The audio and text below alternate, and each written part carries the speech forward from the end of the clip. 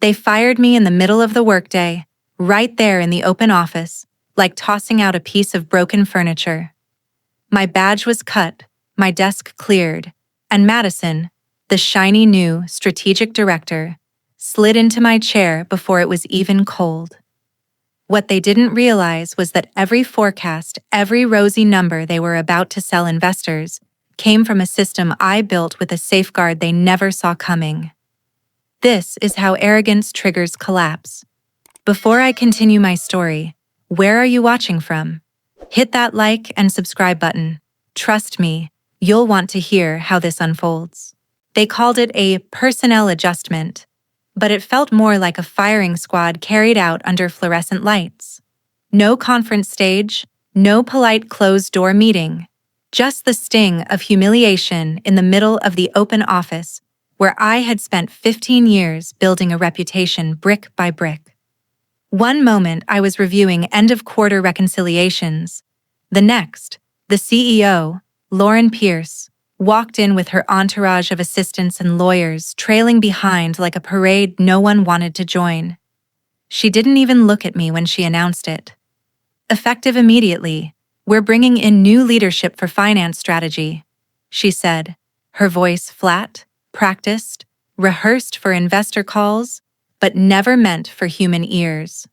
Eyes around the office lifted from screens, darted to me, then back down as if staring too long might drag them into the same abyss. My badge access was cut before I had time to pack a stapler. My chair was rolled back, replaced in the same motion by Madison Blake, the so-called strategic director Lauren had been grooming. Madison's designer bag hit my desk like a victory flag before I even stood up. She was smiling like someone who thought she had already won, as though the ink on her appointment meant permanence. The cruelty wasn't in being let go. It was in how they staged it as theater for the staff. No warning, no quiet handshake of thanks, just public execution to make a point. Loyalty meant nothing here. Optics were everything. Lauren turned away before I even reached for my coat, her voice drifting back toward me. We need more dynamic energy, Doris. You've done solid work, but the era of stewardship is over. She didn't see my face. That was her mistake. I didn't give her the satisfaction of outrage or tears. I simply nodded, gathered the folder I had been holding, and walked toward the elevator. Behind me, I could hear Madison laughing too loudly, already performing for an audience that didn't want to be caught watching. What no one in that glass tower understood, not Madison, not Lauren, not even the whispering CFO Michael Grant, was that firing me in public didn't erase me. Every projection they were about to hand investors, every glossy chart they were preparing to show the market, all of it rested on a forecasting model I had designed, and I had left that model with a safeguard they didn't even know existed. In 2 weeks, while they were smiling for shareholders, while they were patting themselves on the back for pushing me out, the system was going to do exactly what I built it to do: speak the truth. And when that truth came alive, no apology, no spin, no expensive PR firm would be enough to save them. For 15 years, I was the person they leaned on when deadlines slipped, when auditors asked uncomfortable questions, when a client threatened to walk because a contract clause had been misread. I didn't chase credit. I built the foundation others stood on. Late nights, canceled vacations, even the time my father was in the hospital. I still showed up because I believed stability mattered. I thought if I held the line, the firm would remember who kept it steady. Instead, the day they fired me, they rewrote history like I'd never been there. Madison Blake strutted into the office carrying a title she hadn't earned and a resume that looked more like a branding brochure than a record of results. To her, my 15 years were just clutter to sweep aside, an old operating system she could replace with slogans and glossy decks. I overheard her once, joking with another manager about how I was too analog to lead in a digital age. I almost laughed, because the very systems she was bragging about using were mine. She had no idea how the reports were generated, no clue that every polished slide she showed executives came from calculations buried deep in scripts she couldn't begin to decipher. Lauren Pierce, our CEO, fed that arrogance. She wanted the face of youth, the illusion of reinvention. Madison offered her catchphrases and social media polish, and Lauren mistook it for strategy. Meanwhile, the CFO, Michael Grant, nodded along, too weak to resist the new direction, too afraid to contradict his boss. They acted like I was a placeholder, like erasing my name from the directory would erase the backbone of the firm. What cut deepest wasn't the dismissal, it was the indifference. Not one acknowledgement of the crises I'd managed, not one nod to the hundreds of millions I'd helped protect. No recognition of the steady hand that had kept the firm credible through storms they'd forgotten. All they saw was an empty seat they wanted to fill with someone flashier. But what they didn't see was that systems remember what people try to erase. My 15 years weren't gone. They were still embedded in the processes, the code, and the models they depended on. And soon, those same systems were going to remind everyone exactly whose work they had taken for granted. The truth is, I never trusted leadership to tell the full story. Numbers don't lie, but people do. And I had watched enough earnings calls to know how easily data can be twisted into a fantasy. That was why, years ago, when I built the firm's forecasting model, I wove in a safeguard. Every quarter, the system generated 2 sets of numbers, the polished version they wanted investors to see, and the raw version that showed exactly where we stood. Losses, debts, liabilities, and risks. Normally, I was the one who suppressed the raw data before reports went public, the one who cleaned it for presentation. But I designed it with an automatic trigger. If I didn't personally approve the release by a certain date, both versions would publish side by side. It wasn't meant as revenge. Back then, I saw it as accountability, a quiet insurance policy against manipulation. For years, no one noticed because I was always there to manage it. They never questioned why reports ran so smoothly, or why the system never failed. They just assumed Doris would handle it, the way I always had. And because they assumed, they never looked under the hood. That was their blind spot, their arrogance. The week they fired me, I didn't touch a thing. I didn't alter code. I didn't sneak back into the system. I didn't even have access anymore. But it didn't matter. The mechanism was already there, running on autopilot, waiting for the next cycle. I knew exactly when it would trigger. 2 weeks after the close of the quarter, just before the big investor presentation. They would walk in expecting record profits, shiny growth projections, and a story investors could clap for.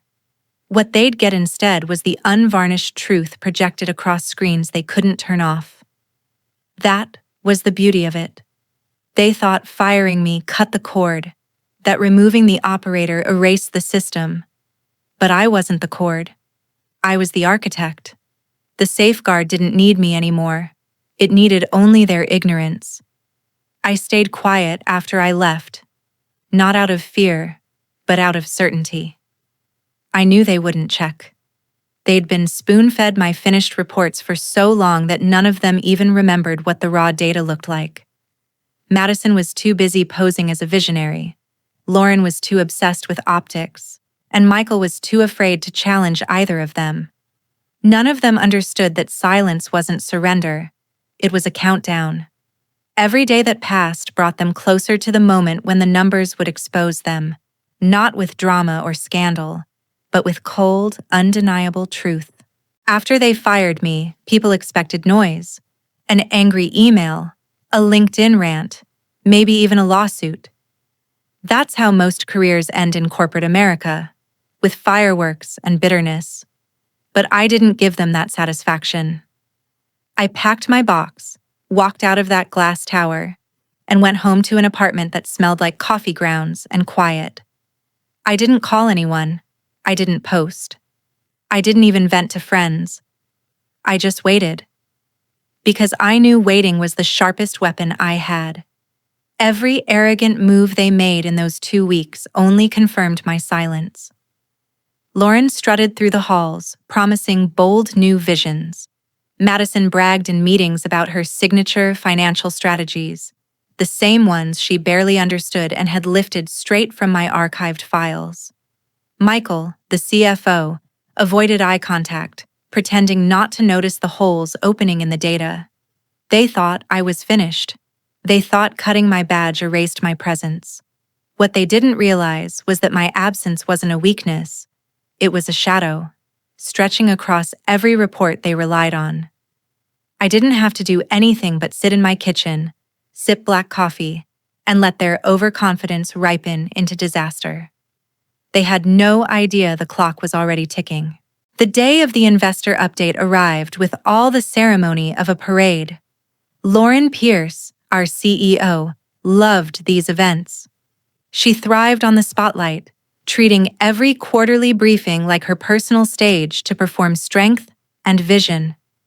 Madison Blake stood beside her, beaming as if she had already written the future with her hashtags and branding buzzwords. The open office had been converted into a polished set, cameras rolling, investor screens flashing, employees corralled into neat rows to clap on cue. It looked professional, seamless, airtight. That was the illusion. Beneath the polish, everything rested on a foundation they never bothered to check: my forecasting model. At first, the numbers they projected matched the glossy script. Record profits, expansion growth, margins climbing higher than expected. Lauren's voice oozed confidence as she walked investors through the supposed success story. Madison clicked her slides like she was presenting a lifestyle brand, not financial performance. Applause cues were followed. Polite laughter landed. For 10 minutes, they believed they had the room under control. Then the screen flickered. It wasn't a glitch. It was the moment the safeguard activated. Quietly, invisibly, exactly on schedule. Line by line, the numbers began to change. At first, it was subtle. Profits trimmed down by a few million, a projection shifting from green to amber. Lauren stumbled, just slightly, but kept going, thinking it was a display error. But the changes didn't stop. Green turned red. Profits flipped to losses. Entire contracts vanished off the books. Debt columns multiplied, growing into the billions. Projected revenue streams shrank into nothing, deals labeled as terminated, one after another. It was like watching a magician's trick unravel mid-performance, exposing every wire and mirror for the audience to see. Investors leaned forward, frowning, scrolling furiously on their tablets. Employees in the back stopped clapping. The chat window, meant to be filled with investor praise, exploded instead with question marks, angry demands, and disbelief.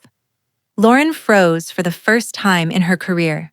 She tried to push through, stammering about long-term strategies, but the words fell flat against the numbers now rolling across the massive screens. Madison looked at Michael, the CFO, desperate for a cue. Michael leaned in, whispering frantically, his face pale as chalk. The cameras picked it up. Millions of viewers saw the whisper, the panic, the CEO's mask cracking live. Lauren tapped her mic, pretending there was a technical issue, but the model didn't care. It had no loyalty, no agenda. It simply told the truth in real time, exposing every hidden weakness they had buried under layers of spin. The stock ticker at the bottom of the feed began to shift downward, slowly at first, then accelerating as traders watching the live stream dumped shares. Investors stood up from their seats, walking out, mid-sentence while Lauren was still speaking. Phones rang on the stage. Assistants scrambled with headsets, trying to contain chaos that had no boundaries anymore. Madison froze, still clutching her slide clicker, her face drained of color as she realized none of her branding slogans could erase the numbers burning into the screen. That moment, when truth bulldozed illusion in front of everyone, was the collapse. No explosion, no grand speech, just a quiet system doing exactly what it was built to do. I wasn't in the room, but I didn't need to be. I imagined the silence between Lauren's broken phrases, the awkward shuffle of investors walking out, the camera crew unsure whether to cut the feed. They wanted a show of strength.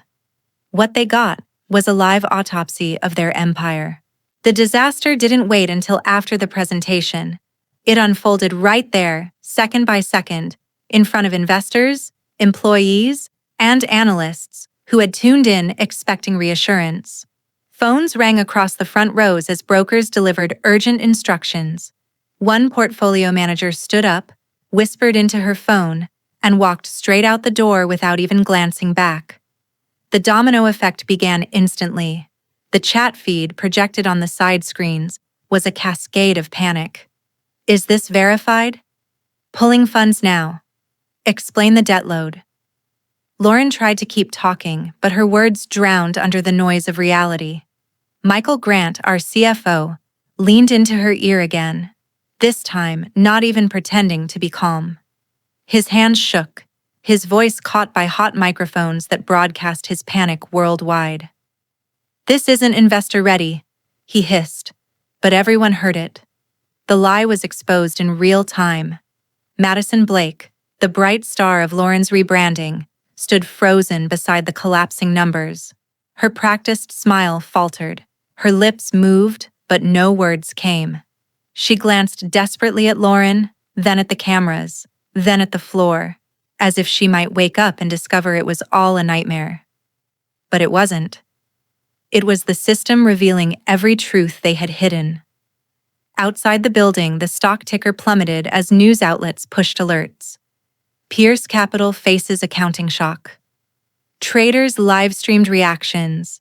Investors pulled millions within minutes, and the share price collapsed before the broadcast had even ended.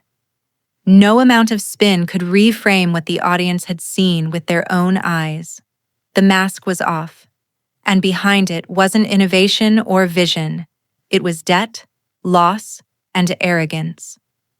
In the space of 30 minutes, a company once celebrated for stability became a case study in collapse, unraveling live, while I sat miles away in silence. The first excuse came fast. Lauren lifted her chin, steadied her voice, and announced to anyone still watching that the unexpected data feed was nothing more than a technical glitch.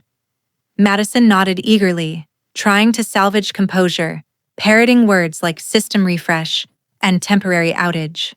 But the problem with lying in public is that the evidence doesn't pause for permission. While they scrambled to spin, regulators were already watching. The SEC flagged the feed, investors filed complaints within the hour, and news outlets replayed the footage on loop. Every whisper from the CFO, every red line on the spreadsheet, every frozen smile was dissected frame by frame across financial networks. Internally, employees flooded Slack channels with shock, some mocking, others terrified about their jobs. No one bought the glitch story. You can reset a Wi-Fi router, but you can't explain away billions in debt appearing on screen line by line. By the next morning, official inquiries had been launched. The narrative Lauren and Madison tried to control unraveled before it had even formed. They weren't in charge anymore. The truth was, and truth doesn't wait for a press release.